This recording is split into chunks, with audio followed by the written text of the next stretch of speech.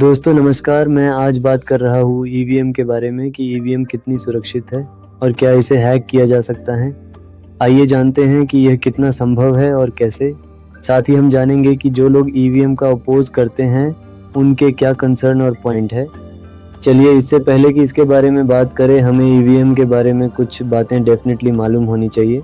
जैसे ईवीएम कितने पार्ट्स में होती है, ये कैसे काम करती है, ईवीएम को कैसे इंस्टॉल किया जाता है तथा पोलिंग से पहले और बाद में कौन कौन सी नेसेसरी स्टेप लिए जाते हैं और ईवीएम कहाँ और किसकी देखरेख में रहती है।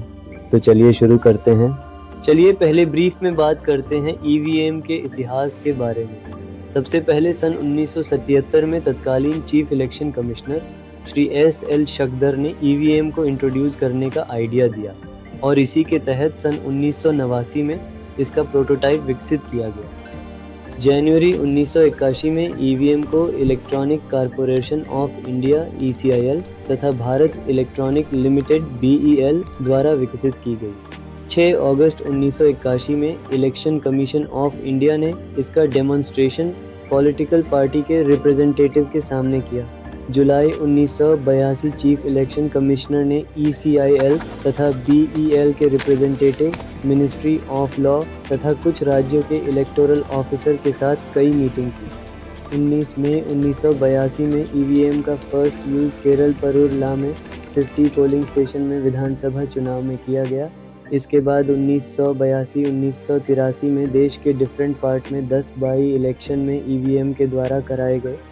साल 1984 में सुप्रीम कोर्ट ने यूसेज ऑफ ईवीएम को सस्पेंड कर दिया।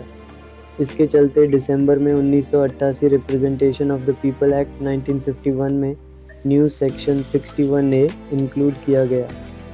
25 मार्च 1992 को the conduct of election rule 1961 में नेसेसरी अमेंडमेंट करके सरकार ने ईवीएम को नोटिफाइड किया। ईयर 1998 में पहली बार ईवीएम से चुनाव करवाने पर सहमति बनी। इसके बाद मध्य प्रदेश, राजस्थान और दिल्ली की 25 विधानसभा सीटों पर ईवीएम से चुनाव करवाए गए थे।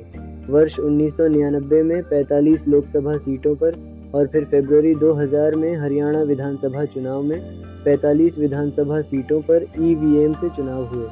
2004 में पहली बार तमिलनाडु, केरल, पुडुचेरी और पश्चिम बंगाल में सभी विधानसभा सीटों पर ईवीएम से चुनाव कराए गए। इसके बाद से सभी चुनाव के लिए ईवीएम का प्रयोग हो रहा है। वर्ष 2004 में लोकसभा चुनाव में देश के सभी 543 सीटों पर ईवीएम से ही चुनाव हुए थे। मतदान के लिए 10 लाख से अधिक ईवीएम का इस्तेमाल हुआ था।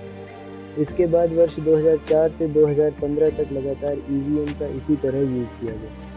14 अगस्त 2013 को सरकार द्वारा the conduct of election rule को फर्दर अमेंडमेंट VVPAT को यूज को नोटिफाई किया गया। 4 सितंबर 2013 में ईवीएम को नागालैंड नॉक्सेन बाई इलेक्शन में पहली बार में VVPAT का यूज किया गया। साथ ही 8 अक्टूबर 2013 माननीय सुप्रीम कोर्ट ने इलेक्शन कमीशन को आदेश दिया कि VVPAT को फेज वाइज मैनर से इंट्रोड्यूस किया जाए। मई 2017 से लोकसभा के जनरल और बाई इलेक्शन तथा सभी विधानसभा में VVPAT का यूज हो रहा है।